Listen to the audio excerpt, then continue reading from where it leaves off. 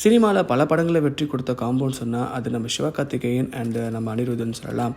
இவங்க ஆரம்ப காலத்திலேருந்தே தன் படங்களுக்கு இசையமைப்பாளர் டி.மனோன் இணைஞ்சு சிவகார்த்திகேயன் பாடல்களை கொடுத்தாரு.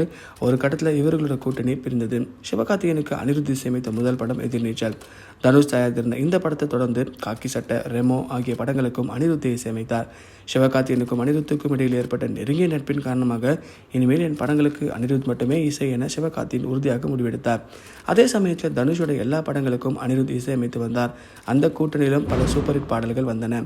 ஆனால் அனிருத் சிவகார்த்தியுடன் நெருக்கம் காட்டியதனால தனுஷ் அனிருத் கூட்டணியை முறிந்தது. இப்பொழுது சிவகார்த்தியினால் மற்றொரு அசைக்க முடியாத கூட்டணி பிரியும் நிலை வந்திருக்கிறது. சென்னை 28 முதல் சமீபத்திய கோட் வரை வெங்கட் பிரபு இயக்கிய அனைத்து படங்களிலுமே அவருடைய சகோதரர் யுவன் சங்கர் ராஜா தான் இசை. வெங்கட் பிரபு கேமரா இல்லாமல் கூட படம் எடுப்பார். ஆனால் யுவன் இல்லாமல் படமே எடுக்க மாட்டார் என்று ரசிகர்கள் கேலி செய்வதும் உண்டு.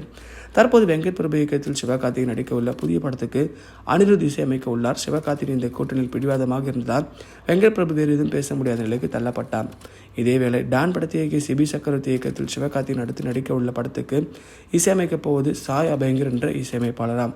அனிருத் இல்லாமல் வேறொரு இசையமைப்பாளருடன் பணியாற்றிய சிவகார்த்திகேயன் எப்படி சம்மதித்தார் என்பது தெரியவில்லை என்று திரையுலக வட்டாரங்களை ஆச்சரியத்துடன் பார்க்கின்றன. இதை பற்றி உங்கள் கருத்தை கமெண்ட் பாக்ஸில் பதிவு பண்ணுங்க.